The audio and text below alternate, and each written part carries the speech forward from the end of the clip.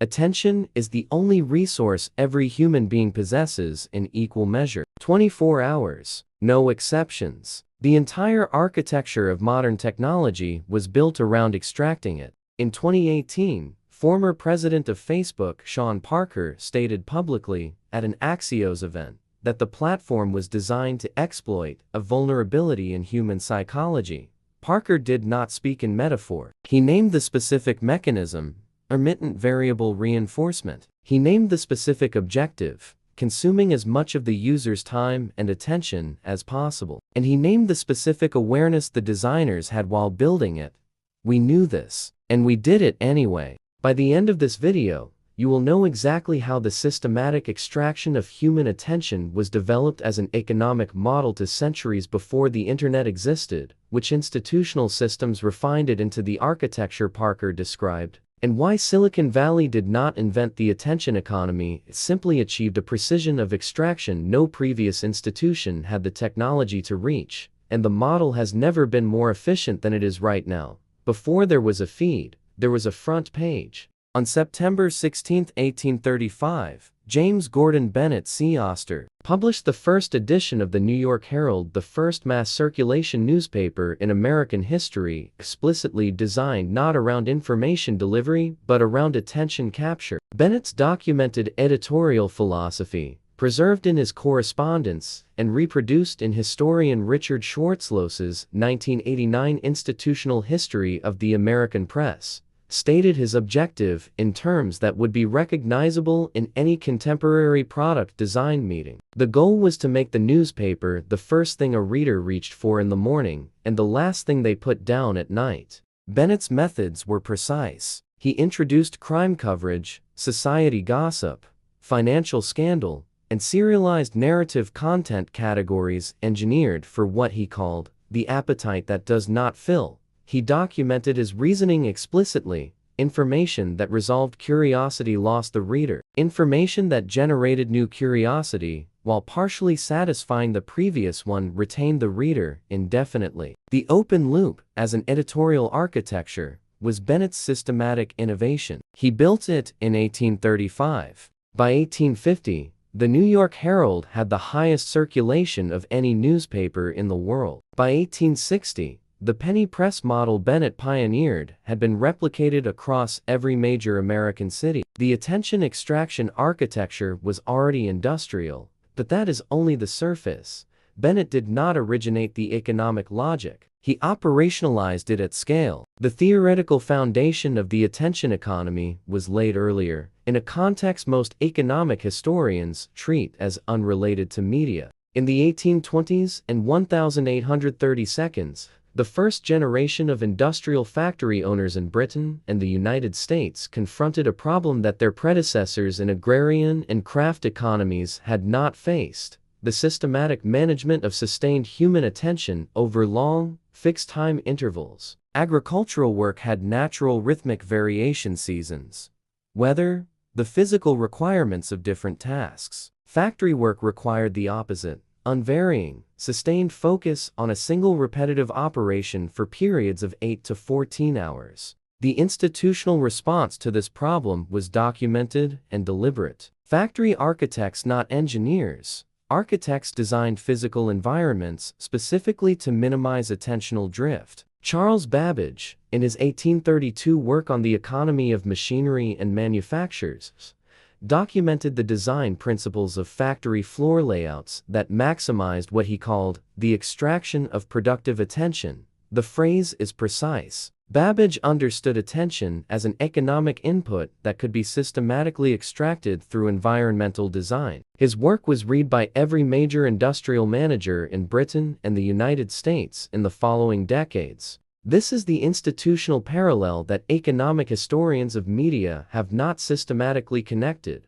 The factory and the newspaper solved the same economic problem through the same structural method. Both were in the business of extracting sustained attention from human beings who had not previously been required to provide it on industrial terms. Both achieved this through environmental design: the factory floor and the front page that made disengagement feel incomplete and finished, professionally or socially costly. The transmission from industrial attention extraction to media attention extraction was not metaphorical, it was personnel. The first generation of American newspaper publishers in the penny press era came predominantly from commercial and industrial backgrounds, not from the literary or journalistic tradition. They understood the newspaper as a production system, not as a cultural institution. Bennett's editorial innovations were product design decisions. His documented correspondence describes readers as a resource to be managed, not an audience to be served. By the late 19th century, the model had been formalized into what economists now call the dual product market of media.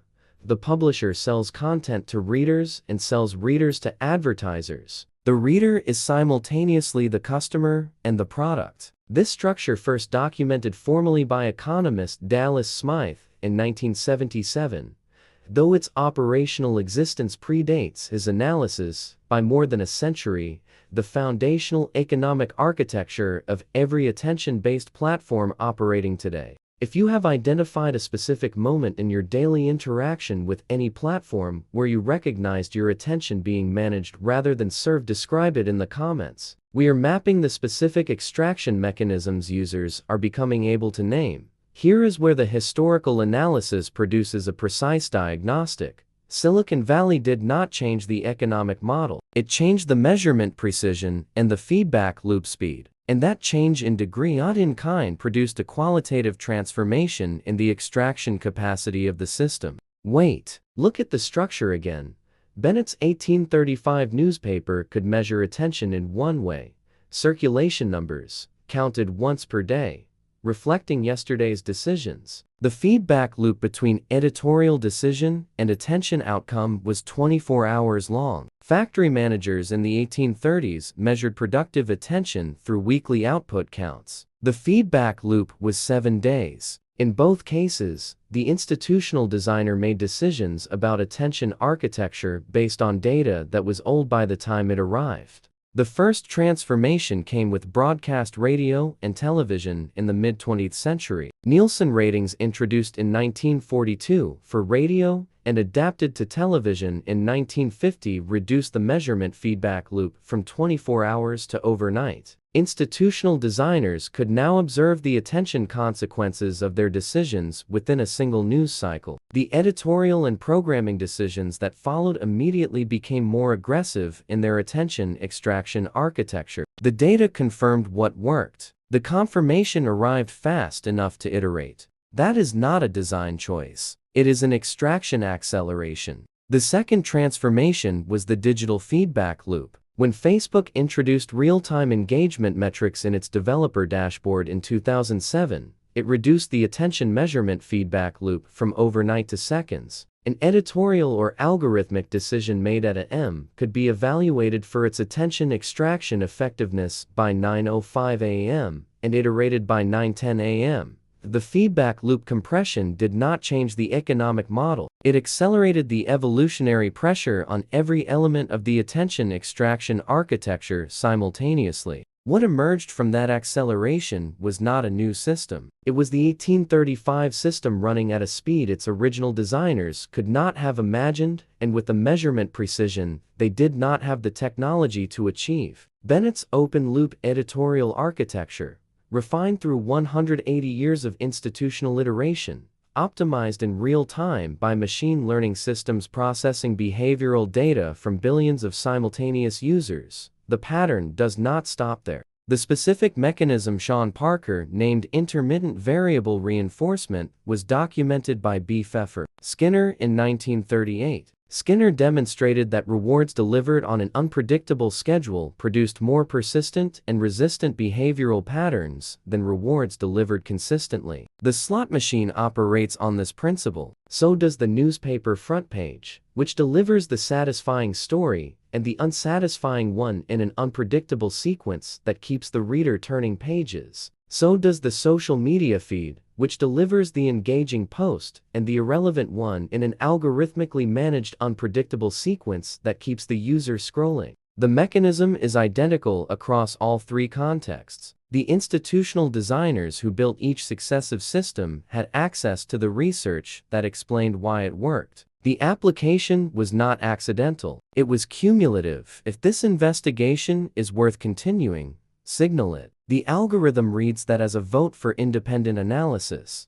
Here is the applicable lens. Next time you notice yourself continuing to scroll, read, or watch past the point where you intended to stop, do not ask what content kept you there. Ask what extraction architecture you are inside. Is it the open loop, a narrative thread that generated new curiosity while partially satisfying the previous one? Is it intermittent variable reinforcement, the unpredictable alternation between engaging and irrelevant content that makes stopping feel like leaving before the reward arrives? Is it the feedback compression, the real-time social metrics that make your attention feel consequential, observed, and therefore harder to withdraw? Name the mechanism. The moment you identify which extraction architecture is operating, you have introduced a processing delay between the stimulus and your behavioral response. That delay is agency. It is small, it is real, and the entire system was designed to prevent it. The attention economy did not begin in Silicon Valley. It began in a factory design problem in 1820,